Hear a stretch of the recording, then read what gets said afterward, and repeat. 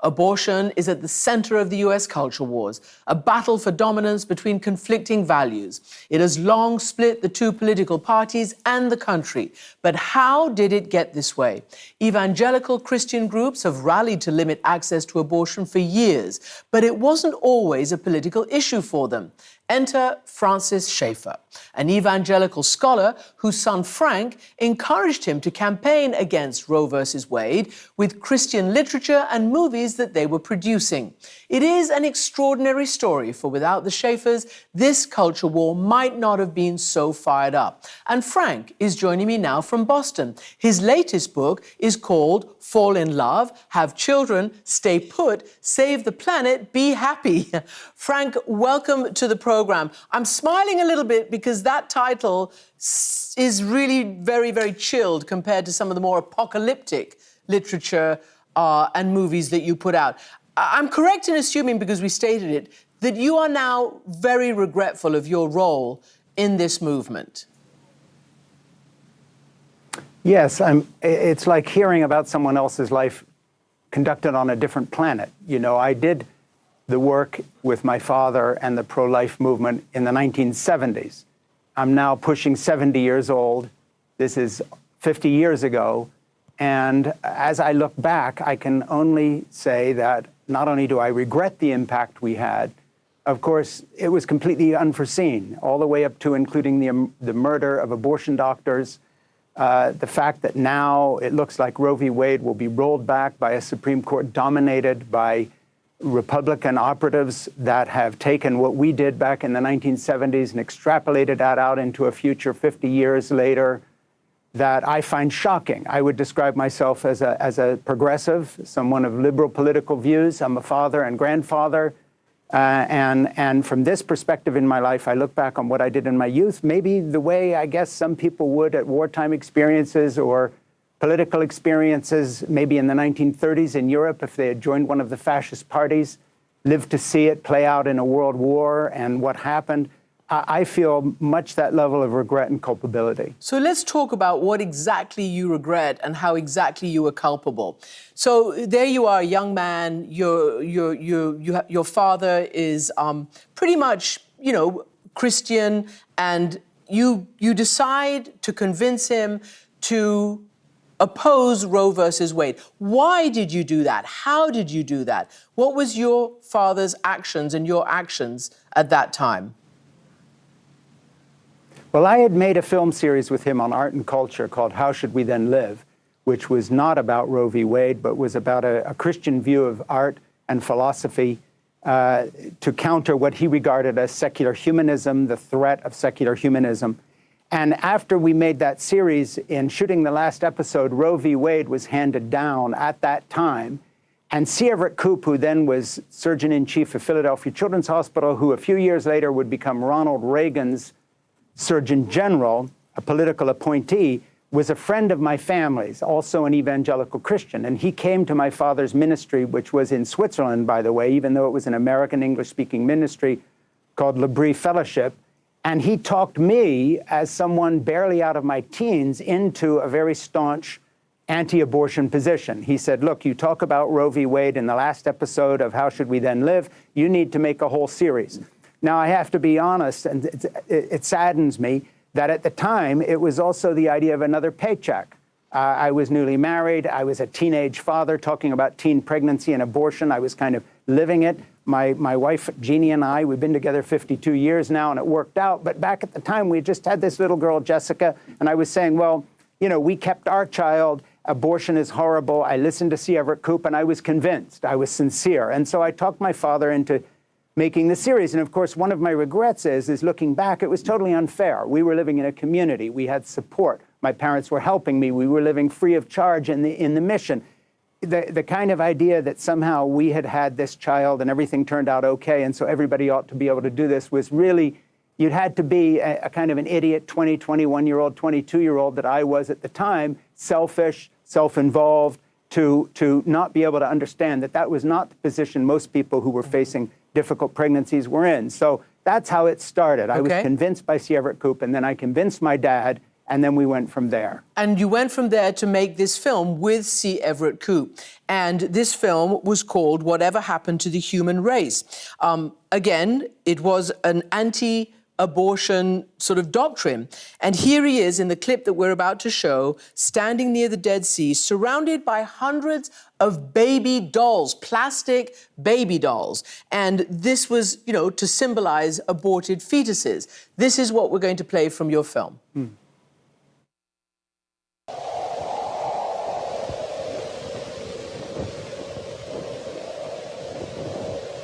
Salt. This is the site on which the city of Sodom once stood, here on the Dead Sea in Israel. Once here, under this surreal field of salt, Sodom was the most humanly corrupt city on earth, a place of evil and of death. Sodom comes readily to mind when one contemplates the evils of abortion and the death of moral law. So, Frank, it's a pretty extraordinary sight, and it does conjure up a whole dystopian world. But you are not a particularly known filmmaker. You're a young man. How did this film impact and galvanize the anti-abortion movement? Well, first of all, you're right. And the only reason I was directing the movie, I'd been making Super 8 films for people who remember movies back in the day since I was about 12.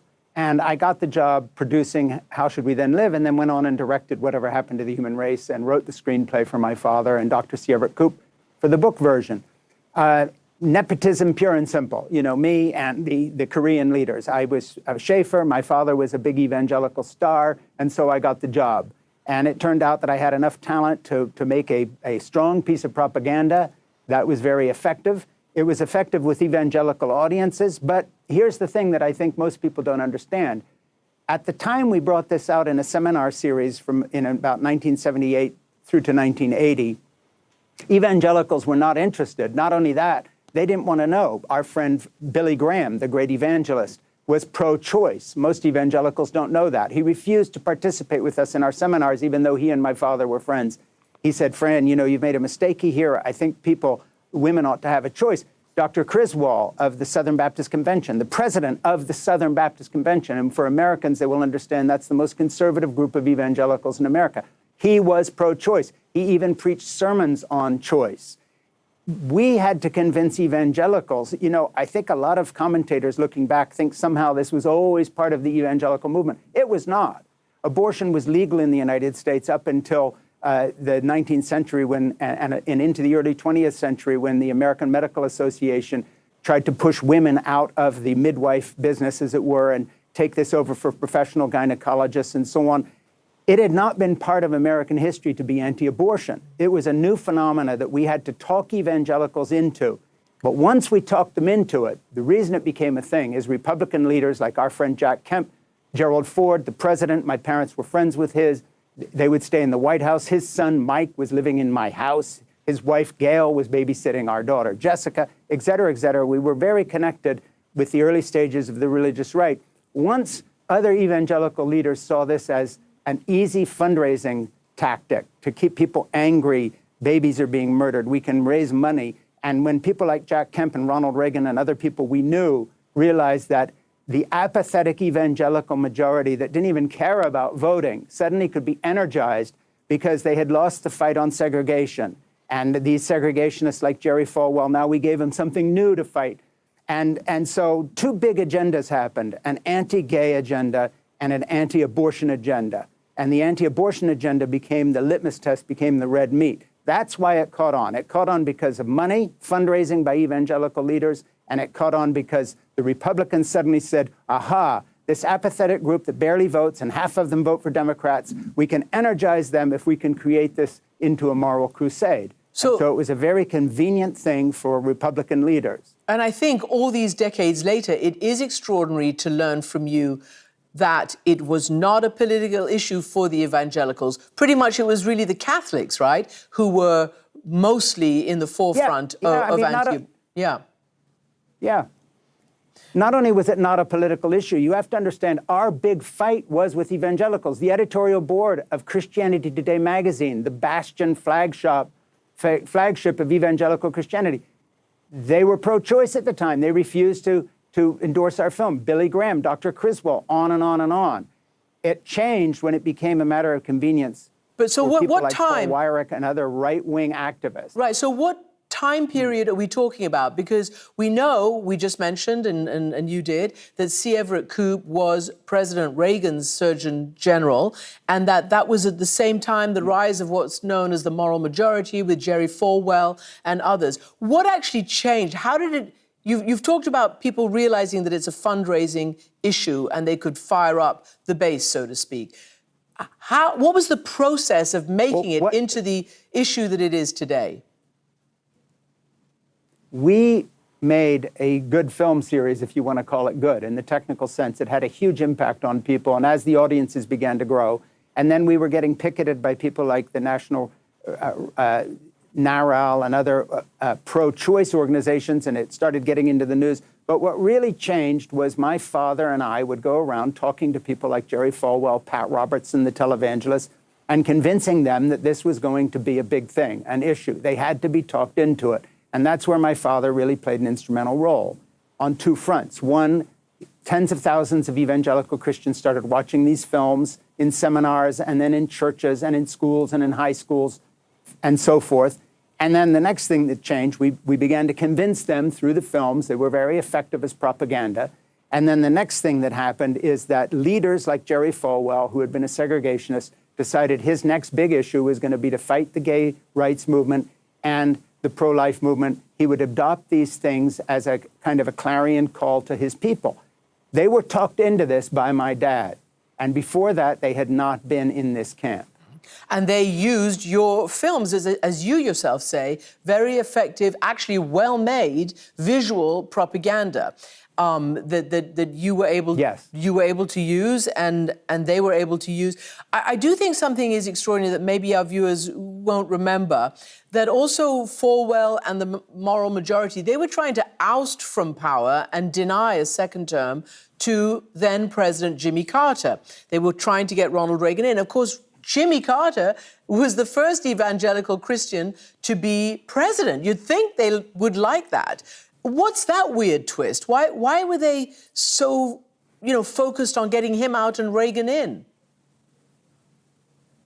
Well, Jimmy Carter was too decent a human being. He was compassionate to women. He was pro-choice. He was not a racist. He believed in integration. He wanted to increase voter rights for African Americans. Jerry Falwell was a segregationist. He was a far-right winger. He was a homophobe. And a nasty piece of work. It's as simple as that. And basically, Jerry Falwell and these other guys could not manipulate Jimmy Carter.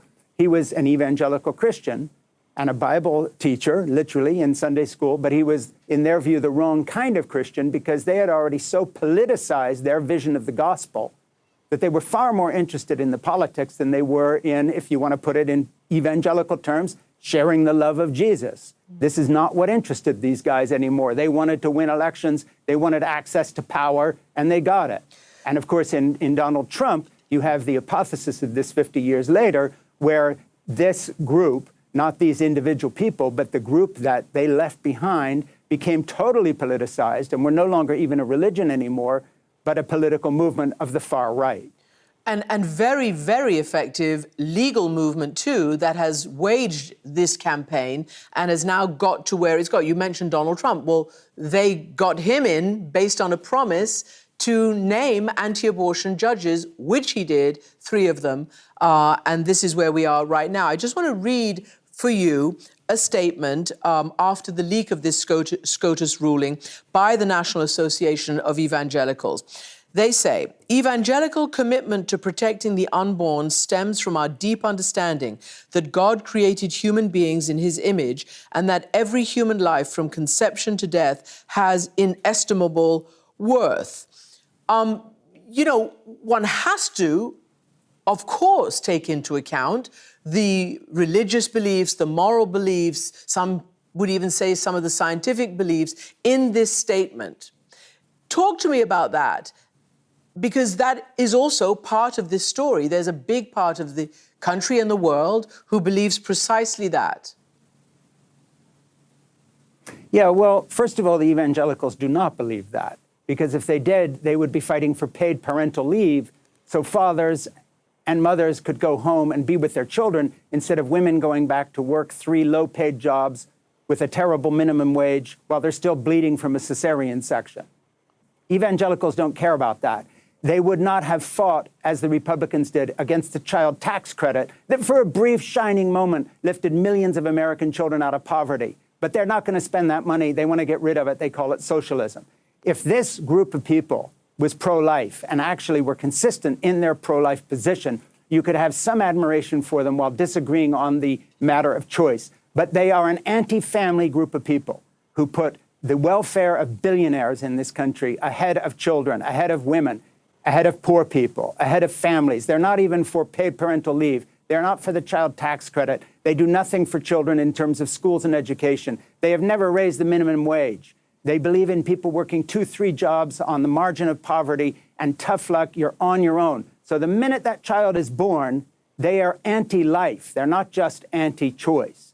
And so this is a hypocritical movement. And then I want to say a second thing. When it comes down to these moral issues of choosing life, it all is a matter of trust. Who do we trust? Do we trust judges on the Supreme Court or the federal bench put there by Donald Trump in a bargain with people like Ralph Reed and the other evangelical leaders like Franklin Graham, who said, look, here's our list from the Federalist Society. You appoint them and we'll bring you millions of voters. And it worked. Or do we trust women? But we have to trust someone's opinion. And me personally, if I've learned anything over the last 70 years of being a father and grandfather and someone who does childcare for my own children and grandchildren, it's this. If you don't trust women, why would you trust a gynecologist, a male white gynecologist? If you don't trust women to make choices, why would you trust a group of 9 judges instead of the individual woman in making the choice? I trust women. Does that mean I think women or men or non-binary people, whomever, always make the right choice? No. But you've got to give someone the choice in these matters, all matters, where to educate a child, who to marry, pair bonded, to live a gay lifestyle, to be non-binary, whatever. These are choices that belong to individuals. They do not belong to the state. And so when you see what's happening now, you understand that it's not going to end there. Well, that's what I was going to ask you, start Frank. taking choices away. That's what I was going to finish up with, because, you know, you're very passionate now. You obviously regret deeply, you know, how your talent got the US to this point in terms of a culture war.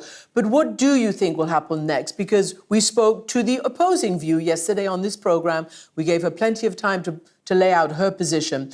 And she said, no. The fact that we don't want abortion doesn't mean that we're going to lobby to turn back, you know, gay marriage, interracial marriage, any of the other, you know, human rights issues that have been adjudicated by the Supreme Court. Do you believe that?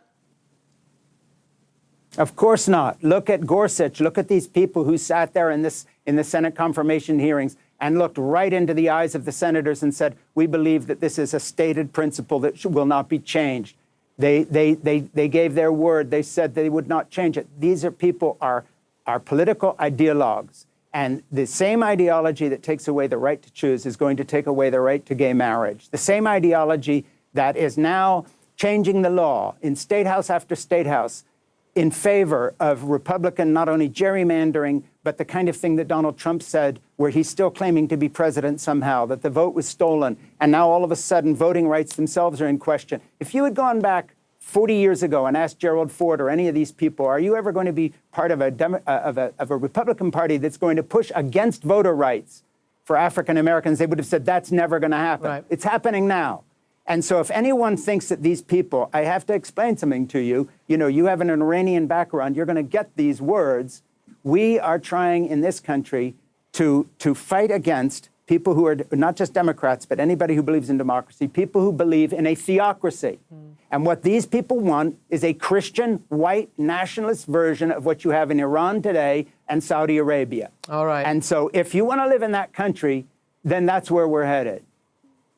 Frank Schaeffer, you were there at the beginning. It's really, really interesting and hugely instructive to hear this story. Thank you very much for being with us tonight.